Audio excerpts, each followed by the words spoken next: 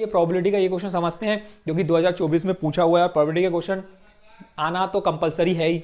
समझ लेते हैं, एक इंपॉर्टेंट कॉन्सेप्ट है। ये वैल्यू दी हुई है यहाँ पे E and F R the two independent event such that P of ये ई नॉट इवेंट दिया हुआ है ना, और यहाँ पे मुझे फाइंड करना है P of E union F, ये हमें फाइंड करना है।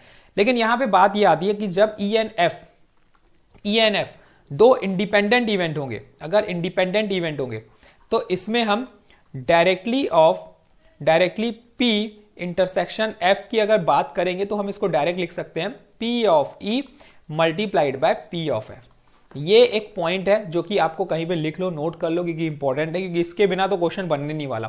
ठीक है, अब दूसरी बात, प्रोबेबिलिटी ऑफ E हमें अगर निकालना है तो मैं क्या करूंगा, 1 minus probability of not E, है ना होने की प्रोबेबिलिटी।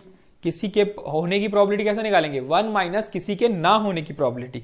तो 1 माइनस ये वैल्यू हो गई 0.6 जो कि वैल्यू हो गई 0.4। प्रोबेबिलिटी ऑफ ई निकल गया, दिया गया हुआ है probability of E union F, है ना।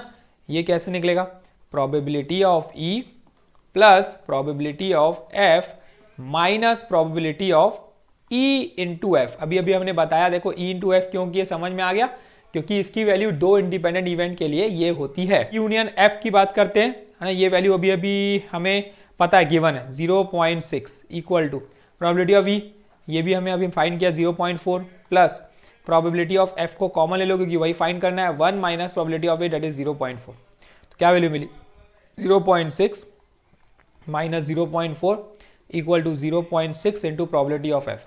वैल्यू बेस्ड क्वेश्चन है ना, पूरा फॉर्मूला बेस्ड क्वेश्चन है, डेफिनेटली बन जाएगा अगर आप ध्यान दोगे तो। 0.2 divided by 0.6 equal to probability of F, जो कि वैल्यू आएगी 1/3। यहां पे मिल गई प्रोबेबिलिटी ऑफ एफ की वैल्यू। अब मुझे क्या निकालना है उस पर ध्यान देते हैं। Probability of P of E not union F not, ये हमें फाइंड करना है एक्चुअल में, ये फाइंड करना है P of E not union F not. तो हम डायरेक्ट लगा देते हैं P of E not union F not, और अकॉर्डिंग टू डी मॉर्गन्स ये बन जाएगा P of E intersection F not. लेकिन इसके लिए मुझे निकालना पड़ेगा 1 minus P of E intersection F। किसी के भी ना होने की प्रोबेबिलिटी क्या होती है, 1 माइनस उसके होने की प्रोबेबिलिटी, और टू इंडिपेंडेंट इवेंट के लिए ये वैल्यू होती है 1 minus P of E into P of probability of F। तो बस 1 माइनस प्रोबेबिलिटी ऑफ E है 0.4 और प्रोबेबिलिटी ऑफ F अभी अभी हमने निकाला 1/3। तो ये क्या मिली 3 माइनस 0.4 डिवाइडेड बाय 3, तो ये वैल्यू मिली 2.6 डिवाइडेड बाय 3, जो कि सॉल्व होके बनेगा 26/30। 2 की टेबल में काटोगे तो ये 13 और ये हमारा हो गया 15। तो इसका आंसर देखो मिल चुका है 13/15, यही हमारा आंसर है।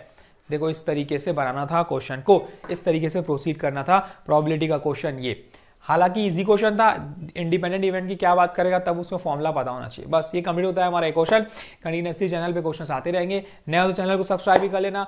ऑल दी वेरी बेस्ट, और keep practising, questions continuously channel पे आते रहेंगे, बस देखते रहो, आपकी पूरी प्रिपरेशन हो जाएगी 100%। Thank you, keep practising, questions continuously channel पे आते रहेंगे भाई, टच में रहना। All the very best to you.